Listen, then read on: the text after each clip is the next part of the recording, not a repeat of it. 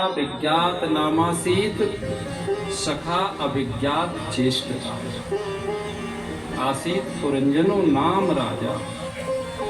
और कहा वासुदेवे भगवती भक्ति योगा समाहिता।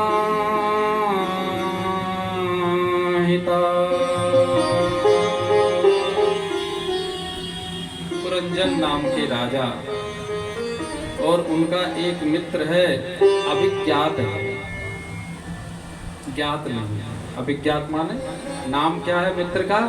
अभिज्ञात, पता नहीं। मित्र तो सदा से मित्र है राजा पुरंजन का। एक दिन राजा पुरंजन शिकार खेलने के लिए जाते हैं। उन्होंने देखा राजा पुरंजन ने कि एक 9 द्वार वाला एक महल दिखाई पड़ा और 9 द्वार वाले महल में एक स्त्री वहां विचरण कर रही थी। उस स्त्री को देखा राजा पुरंजन ने और उस स्त्री पर वो आसक्त हो गए, उसके साथ विवाह कर लिया और उसे अपने संग ले आए और उसी 9 द्वार वाले महल में रहने लगे। अब तो इतनी आसक्ति बढ़ी उनकी कि वो पत्नी जैसी जैसी चेष्टा करती वैसी ही उसकी नकल किया करते थे राजा पुरंजन। यदि वो खड़ी हो जाती, मोह की परिभाषा चल रही है। मोह की परिभाषा क्या है? आप लोग जब बाद में जब बहस करते हैं ना, रात में जो बहस करते हैं वे लोग सुने। मोह में और प्रेम में क्या अंतर है? मोह में क्या होता है कि जिसके साथ आपका संबंध है वो जैसी चेष्टा करेगा वैसी ही आप करोगे चेष्टा। वो कैसा भी करे, यदि वो पत्नी खड़ी हो जाती तो वह भी खड़ा हो जाता। यानी उस व्यक्ति का, जो मोही व्यक्ति होता है, उसकी कुछ भी शक्ति नहीं रह जाती है। उसकी पूरी शक्ति सामने वाले व्यक्ति में समाहित हो जाती है और वह अपनी बुद्धि से खोखला हो जाता है। यूं मानो कि उसमें ही उसके प्राण बसते हैं। तो वह खड़ी हो जाती, खड़ा हो बैठ जाती तो वो भी बैठ जाते, वह लेट जाती तो वो भी लेट जाते, वो हंस पड़ती तो वे भी हंस पड़ते, और वो शराब पीने लगती तो वे भी पीने लगते। बंदर की नाई नाचने लगे। आसक्त पुरुष बंदर की नाई नाचता है, उसे चैन ही नहीं है। आप लोग अन्यथा ना लेते। थोड़े से लोग हैं, किसी से कोई बात नहीं कही जाती है, लेकिन क्या है, सूरदासी ने भी कहा है। सूरदासी एक पद में कहते हैं, पद हमें याद नहीं है, एक लाइन कहेंगे पर। सूरदासी महाराज कहते हैं, इस जगत में मोही आदमी नाचता फिरता है और जो प्रेमी है, मोह में प्रेम में क्या अंतर है कि जो प्रेमी है वो भी नाचता है और मोही है वो भी नाचता है।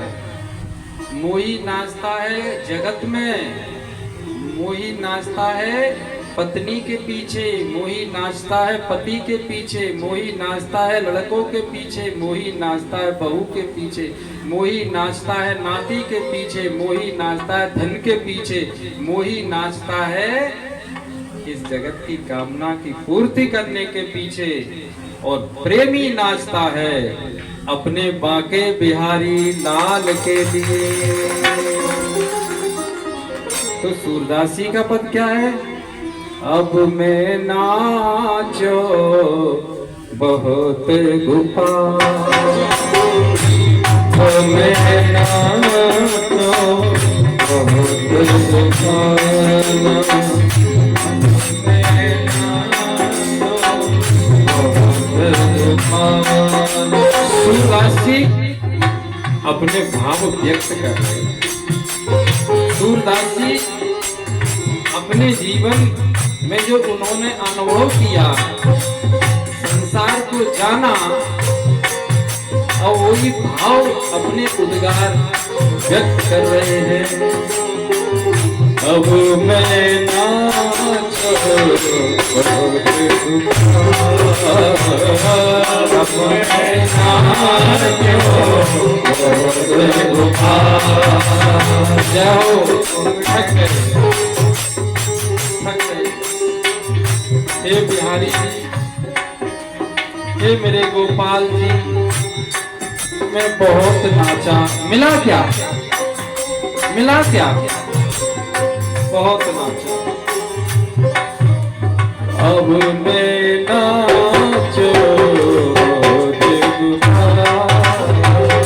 अब मैं नाचो और क्या पहनकर? काम क्रोध को पैर चोलना, काम क्रोध को पैर चोलना। अरे नाचता फिरा तो मिला क्या? कामना जागी, क्रोध आया, चित्त चिड़चिड़ापन आया, लड़ाई हुआ, झगड़ा हुआ। काम क्रोध को पहर चूलना, काम क्रोध को पहर चूलना। कंठ विषय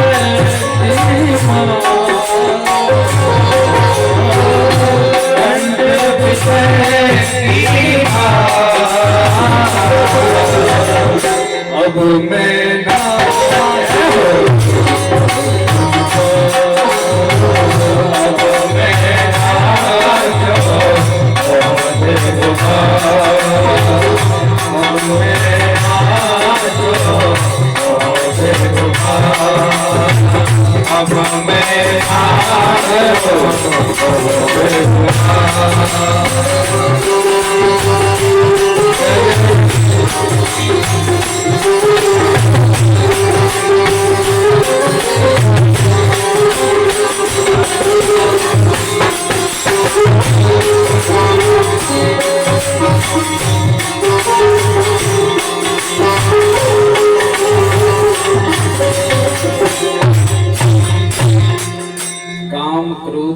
पहर चोलना, कंठ विषय की माल।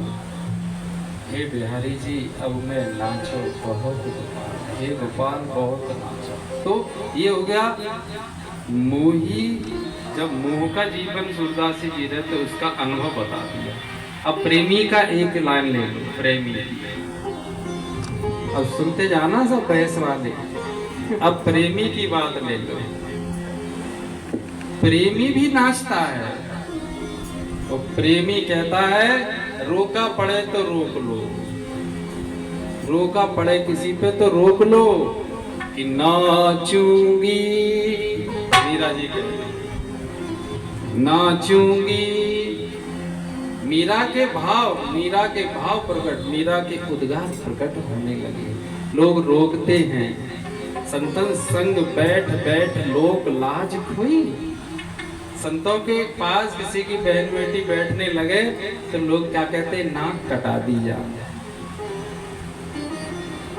संतन संग बैठ बैठ लोक लाज खोई। अब नाक तो जो संतों के संग नहीं बैठते बिल की कटी। यदि देखो तो संतों के संग बैठने से तो नाक बढ़ती है भैया। इस सबकी दृष्टि संतन ढिंग बैठ बैठ लोक लाज खोई। और भगत देख राजी भई जगत देख रोई। जगत की बात करते तो रुआस आए, भगत की बात करते तो प्रसन्नता आए। तो मीरा जी कहती अब मुझे कोई नहीं रोक पाएगा। क्या? कि नाचूंगी नाचूंगी मैं तो गिरधर के आगे। नाचूंगी नाचूंगी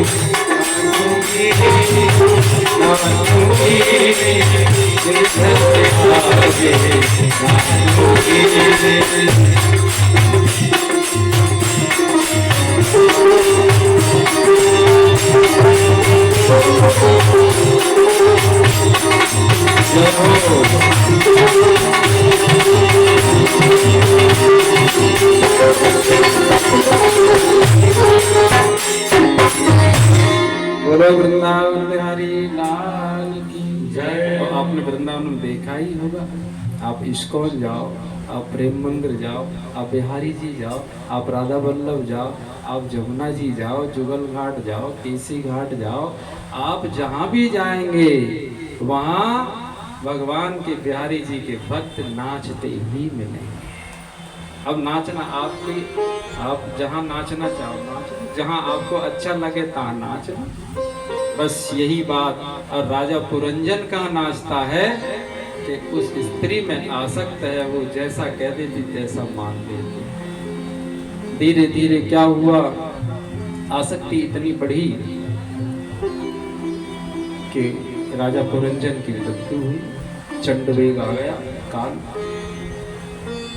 मृत्यु के समय स्त्री में आसक्ति थी, स्त्री का चिंतन हुआ, आगे विदर्भ राज की कन्या के रूप में जन्म लिया, मलध्वज के साथ फिर से विवाह हुआ।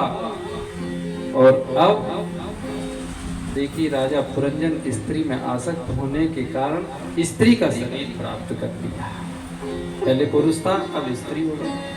अब मलध्वज से विवाह, फिर वही हुआ, फिर विवाह हुआ। अब वो अपने पति के संग रहने लगे। कौन? राजा पुरंजन जो स्त्री बनी थी। कुछ समय बाद मलध्वज की भी मृत्यु हो गई और उनका देह रखा है। उस देह के पास बैठ करके और वो सती होने के लिए रोने लगी। मैं तो सती हो जाऊंगा, अब तो मुझे मरना ही है, अब तो मुझे मरना ही है, अब तो मुझे मरना ही है। रोने लगी।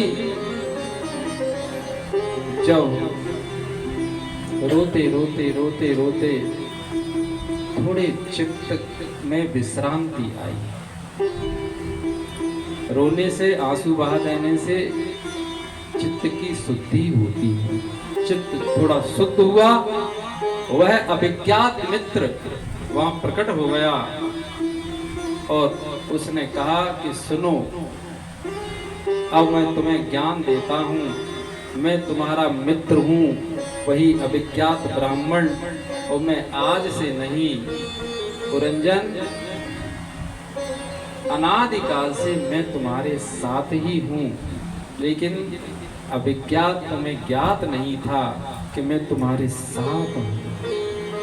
भगवान को प्राप्त नहीं करना, भगवान तो सबके साथ है, बिहारी जी सबके साथ हैं। बिहारी जी को प्राप्त नहीं करना, बस गुरु के सानिध्य में बैठ कर के ये जान लेना है कि बिहारी जी तो हमेशा से मेरे साथ ही थे, साथ ही रहते हैं, साथ ही हमेशा तक रहेंगे। बिहारी जी कभी संग छोड़ने वाले नहीं होते, लेकिन बीच में यह अपने घर की आसक्ति के कारण, देह और गेह की आसक्ति के कारण यह जीव ही अपने अभिज्ञात इस ब्राह्मण को, ईश्वर को भूल जाता है, उसी के कारण वह दुखी होता है।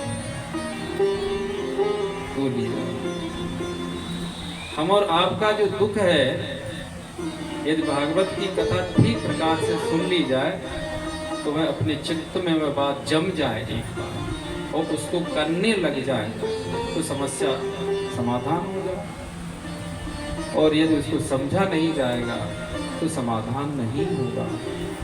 यही राजा पुरंजन की ये कथा ये बताती है कि सबके साथ वह अभिज्ञात ब्राह्मण है, लेकिन हम राजा पुरंजन की तरह अपनी देह और गेह में आसक्त होने के कारण उनकी तरफ ध्यान ही नहीं जाता है और इसी में आसक्त होकर के मर जाते हैं। तो फिर से जन्म हो जाता है, फिर वही करते हैं, फिर मर जाते हैं, फिर जन्म ले लेते हैं। ये बार बार जन्मना मरना कब मिटे? यदि आपको ज्ञान, ज्ञान तो गुरु के बिना नहीं हो सकता, किसी ज्ञानी पुरुष के बिना ज्ञान नहीं हो सकता। इसलिए सबसे बड़ा पूजा पाठ है किसी ज्ञानी महापुरुष के सानिध्य में रहना, उसके साथ शास्त्र की चर्चा करना, अपनी जिज्ञासा को प्रकट करना। ये सबसे बड़ी पूजा शास्त्रों ने बताई है। ध्यान मूलम गुरुर मूर्ति, पूजा मूलम गुरुर पदम, मंत्र मूलम गुरुर वाक्यम, मोक्ष मूलम गुरु कृपा। एक दिन हम महाराज जी को सुन रहे थे, अपने गुरुदेव भगवान को, तो आपको भी हम शेयर कर दें, ये बात बता दें। तो महाराज जी कह रहे थे कि मैंने अपने गुरुदेव से, और सच्चाई कहते, मैं सच्चाई कह रहा हूँ, मैंने अपने गुरुदेव से जो मंत्र लिया कभी मैंने उसका जाप नहीं किया। समझो आप, ऐसे कोई संत कहेगा अब हम भी कहते हैं, उसमें नकल नहीं है, रटी हुई बात नहीं है। हमने भी अपने गुरुदेव से मंत्र लिया, यदा कदा जाप किया। महाराज जी कह रहे मैंने कभी नहीं किया, हम कह रहे कभी कभी किया, हमेशा नहीं करते हैं जाप। तो महाराज जी का कहना है मैं तो उनमें पहले तो मैंने उनमें निष्ठा बनाई कि यही मेरे राम है, यही मेरे कृष्ण है, यही मेरे बिहारी है, यही मेरे राधा वल्लभ है, इनसे अलग कोई दूसरा भगवान नहीं है। पहले तो ये निष्ठा बनाई, उसके बाद वो जो मुझको कहते थे उसको मैं आत्मसात करता था, उस पर विचार करता था, नहीं समझ आता था वो पूछता था और उसे अपने जीवन में धारण किया, मेरा कल्याण हुआ। और मंत्र जपने वाले तो निरे बैठे हैं, और एक मंत्र नहीं कई गुरु बनाते हैं, कई मंत्र लेते हैं, कितने मंत्र का जाप करते हैं, लेकिन कभी महापुरुष की वाणी पर विचार नहीं करते कि ये क्या कहते हैं। ये बात अब यहाँ राजा पुरंजन की कथा से हम और आपको समझ लेना चाहिए। कोई रटने की कहानी नहीं कि दूसरे को सुना, ये अपने जीवन का कल्याण करने के लिए परमात्मा अपने साथ ही है। इसलिए देगे की आसक्ति छूटे, उस अज्ञात मित्र से मुलाकात हो। वो ब्राह्मण कहने लगे कि सुनो, तुम ना राजा पुरंजन थे, ना आज मलध्वज की पत्नी हो तुम, ना तुम स्त्री हो, ना तुम पुरुष हो, तुम मेरे अंश हो। ममे वांशो जीव लोके जीव भूता सनातना, तुम मेरे अंश हो, तुम जीव हो, और ये अभिज्ञात रूपी मित्र मैं ईश्वर हूँ। तुम हमेशा से मेरे थे, हमेशा मेरे रहोगे। इसलिए रोना धोना छोड़ो, अपने स्वरूप को जानो और हमेशा के लिए इससे मुक्त हो जाओ। देख लेगा। इसलिए गुरु के ज्ञान को जो आत्मसात कर लेता है, बस ऐसा मानिए कि उसने सभी देवी देवताओं की पूजा कर ली।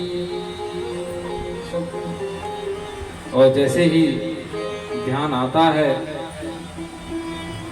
अपने वास्तविक स्वरूप का, तो ये समझ लेना चाहिए कि निश्चित ही उसकी समस्या का समाधान है। इसलिए हमको, आपको, सबको अभी बड़ा अच्छा समय है, भगवान का सुमिरन करना चाहिए, गुरु का स्मरण करना। सुमिरन माने क्या है? सुमिरन माने याद होती है, भगवान की, गुरु जी की याद करनी चाहिए। क्योंकि यदि इस गुरु की याद करोगे तो ईश्वर की याद आ जाएगी, ईश्वर की याद आ जाएगी तो जगत चला जाएगा, और जगत के जाते ही यदि आपके चित्त में से जगत चला जाए तो परम शांति मिल जाती है। क्योंकि सुषुप्ति अवस्था में आप देखिए मन चला जाता है, जगत चला जाता है, मन ही जगत है, जगत चला जाता है। तो सुबह जब जागते हैं तब तरो ताजा होकर के जागते हैं। इसलिए हम और आप मिलकर के एक गुनगुनाते हैं कि सुमिरन बिन गोता खाओगे, सुमिरन बिन गोता खाओगे, सुमिरन बिन गोता खाओगे, सुमिरन बिन गोता खाओगे, भजन बिना पछताओगे, भजन बिना पछताओगे, भजन बिना पछताओगे, भजन बिना पछताओगे,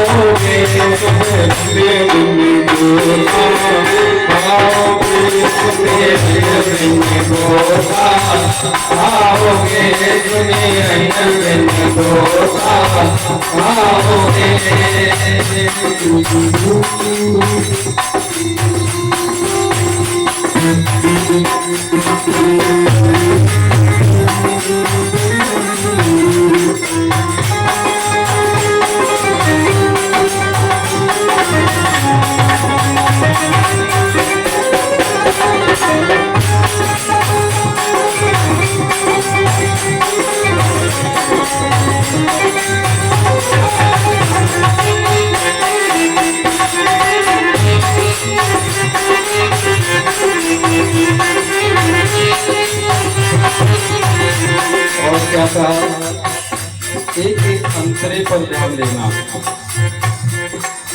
चल कर तुम आए जगत में, चल कर तुम आए जगत में, चल कर तुम आए जगत में, और चल कर तुम जाओगे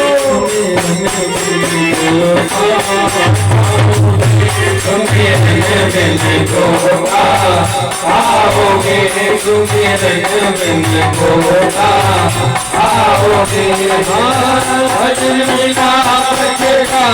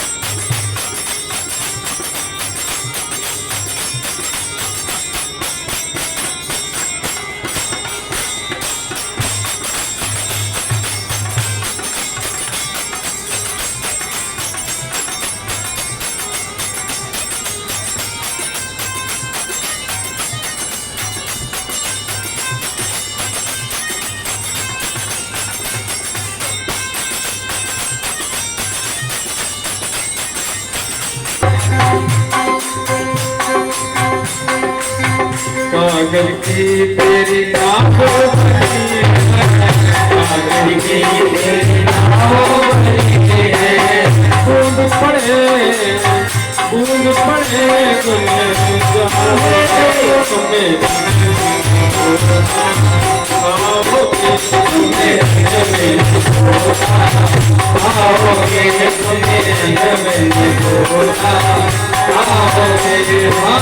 भजन बिना बचताओगे, भजन बिना बचताओगे, तुम्हें नहीं होता आओगे, तुम्हें नहीं होता आओगे, तुम्हें नहीं होता आओगे।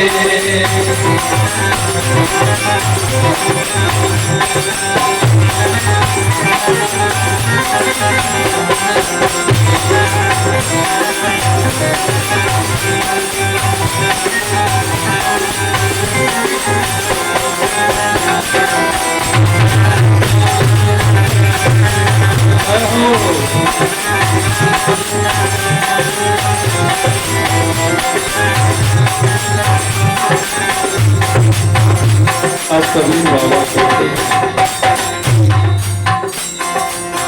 कहत कबीर सुनो भई साधो, कहत कबीर सुनो भई साधो, कहत कबीर सुनो भई साधो। भजन करो भजन करो सर पाओगे तुम्हें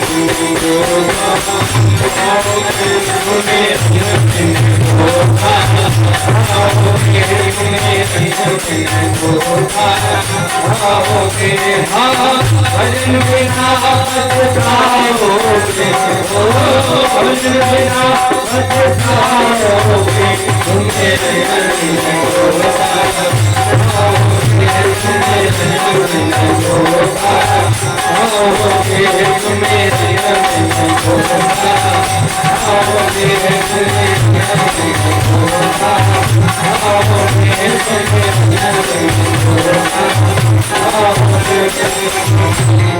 बोलिए बांके बिहारी लाल की जय। कितना अच्छा कहा कि भजन करो तर जाओ। ऐसे ही नाभि के पुत्र ऋषभ देव जी महाराज, और उन्होंने गृहस्थ धर्म की शिक्षा इंद्र से प्राप्त करी। शिक्षा प्राप्त करने के बाद जब इंद्र को लगा कि हमारा शिष्य तो बड़ा योग्य है, क्यों ना अपनी बिटिया का विवाह इनके संग करा दिया जाए। इंद्र की बिटिया का नाम था जयंती, और उन्होंने अपने शिष्य को योग्य समझते हुए ऋषभ देव जी के साथ अपनी कन्या ब्याह दी। और जब योग्य कन्या योग्य वर, ऋषभ देव जी तो वे परमहंस व्यक्ति थे, जो जहां से जैन धर्म का प्रारंभ हुआ। जैन धर्म के प्रथम तीर्थंकर कौन है? ऋषभ देव जी। यहाँ से जैन धर्म का प्रारंभ हुआ। उनके 100 पुत्र हुए। जब दोनों ही, एक साधु एक साध्वी, 100 पुत्र हुए, और 100 पुत्रों में सबसे बड़े पुत्र थे, उनका नाम भरत था।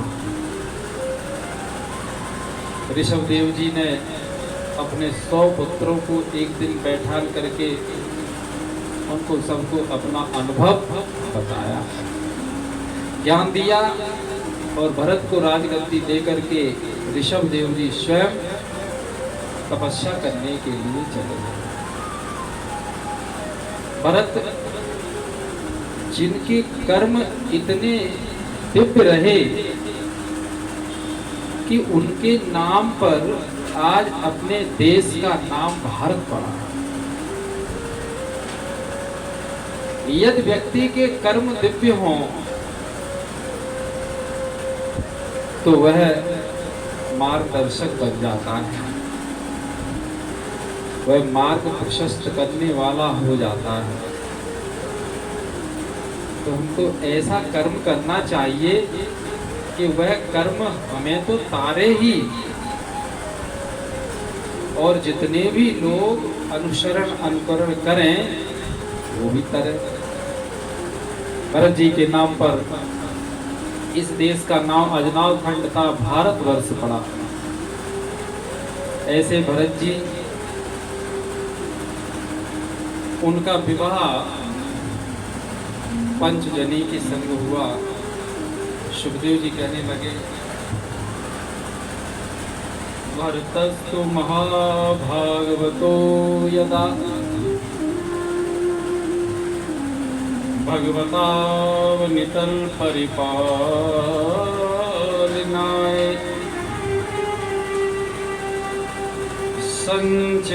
संचिन्तितस्तनुशासन परा पंचजनीं विश्वरूप दुहितर्मुपये।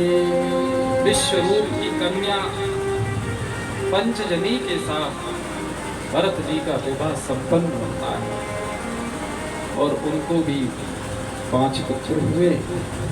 भरत जी ने भी ऋषभदेव जी की परंपरा के अनुसार, अपनी पूर्व की परंपरा के अनुसार अपने बालकों को बैठा करके उनको ज्ञान दिया। और भरत जी अपने गृह, अपने राज्य का त्याग करके, अपने परिवार का त्याग करके और कहाँ पहुँचे? पुनः आश्रम पहुँचे, गंडकी नदी के किनारे पहुँचे। आजकल जो वह स्थान नेपाल में पड़ता, वहाँ जाकर के उन्होंने तप किया। ये सब कहानी हम और आपके लिए है। एक समय देखो, ज्ञान मुँह से कहना अलग बात है, हम और आप कहते, एक समय वह आ जाना चाहिए अपने पुत्रों को ज्ञान देकर के, अपना अनुभव देकर के और अपने ग्रह का त्याग करके किसी तीर्थ धाम में जाकर के और वहाँ वास करना चाहिए। इसी का नाम वानप्रस्थ है और इसी का नाम ज्ञान है। ज्ञानी व्यक्ति में माना जाएगा जो इस चीज में वह इस कार्य को करके दिखाए, क्रियान्वयन इसका हो जाए तो ज्ञानी पुरुष है। और अब रहता ग्रस्त में ही है, जीवन पर्यंत वही देह छोड़ता है। और यदि वो ज्ञान की बातें करता है तो उस ज्ञान का फल नहीं मिलेगा। फल कब मिलेगा? जब क्रियान्वयन होगा तो ही फल मिलेगा। केवल रटी हुई वाणी से फल नहीं मिलता है। अब भरत जी जैसे अपने परिवार का त्याग करके, राज्य का त्याग कर, अच्छा आप बताओ, यदि भरत जी चाहते तो कह देते, राजा चाहता तो कह देता एक जगह हमारा एक कमरा बनवा दो, राज्य से थोड़ा हटके वहाँ बने रहेंगे, अपनी तपस्या कर लेंगे। नहीं, राज्य का त्याग करके कहाँ पहुँचे? गंडकी नदी के किनारे उत्तर दिशा में। वहाँ रोज का उनका नियम था, एकादशी का व्रत रखते थे, महीने में 2 बार उनका व्रत हो जाया करता था, स्वाध्याय किया करते थे और गंडकी नदी में जाकर के वहाँ पूजा पाठ किया करते थे। भगवान सूर्यदेव को अर्घ दिया करते थे। एक दिन गंडकी नदी का जल अपनी अंजलि में भर करके सूर्य भगवान को अर्घ दे रहे थे। इतने में एक शेर दहाड़ा और हिरनी का गर्भ गिर गया। वह बालक, हिरनी का बच्चा उस गंडकी नदी में बहने लगा। उनको दया आ गई और लेकर के अपने आश्रम पर आ गए, आश्रम पर रखने लगे। अब पूजा पाठ तो करते हैं वैसा ही, नित्य जैसा ही, लेकिन उनका जो अटेंशन है, उनका जो ध्यान है, वह ध्यान पूरा हिरनी के बच्चे पर रहता है, क्योंकि उसकी रक्षा करी थी उन्होंने, उसको संग लाए थे। ध्यान जहाँ रहता है तो निश्चित मानिए गति भी उसी दिशा में होती है। इसलिए मंगलाचरण में यह गूढ़ार्थ बताया गया है कि आप अपने साधन को करके अपने ध्यान को ईश्वर की तरफ ले जाओ। सत्यम परम धीमहि। ध्यान करने योग्य तो ईश्वर है। कर्म तो प्रकृति में होता ही है, लेकिन ध्यान करने योग्य कौन है? ध्यान करने योग्य ईश्वर ही है। ध्यान जगत का नहीं करना चाहिए, ध्यान ईश्वर का करना चाहिए। और कर्म आप करोगे नहीं, कर्म तो आप नहीं करोगे तब भी होगा, करोगे तब भी होगा। कर्म तो इस प्रकृति में स्वतः ही होता रहता है। इस प्रकार से उनका, भरत जी का पूरा ध्यान कहाँ बना रहता था? हिरनी के बच्चे पर बना रहता था। पूजा पाठ तो करते हैं, लेकिन पूजा पाठ करते में भी उनको ध्यान रहता है। कहते हैं बच्चा कहाँ है, बच्चा कहाँ है? अरे उसको देख करके रखना, कहीं चला ना जाए, नहीं तो ये जंगल है, यहाँ ऐसे ऐसे जानवर रहते हैं कि इस बच्चे को खा जाएंगे। ये कहीं मर ना जाए, इसको कोई खा ना ले, ये कहीं चला ना जाए, नहीं तो इसको फिर कोई मार डालेगा। ऐसे उनका ध्यान पूरा का पूरा उस बच्चे पर ही। माला तो फेरते, व्रत तो रखते थे, लेकिन व्रत रखते समय भी ध्यान उनका वही रहता था कि बच्चा। एक दिन उनका शरीर कृष्ण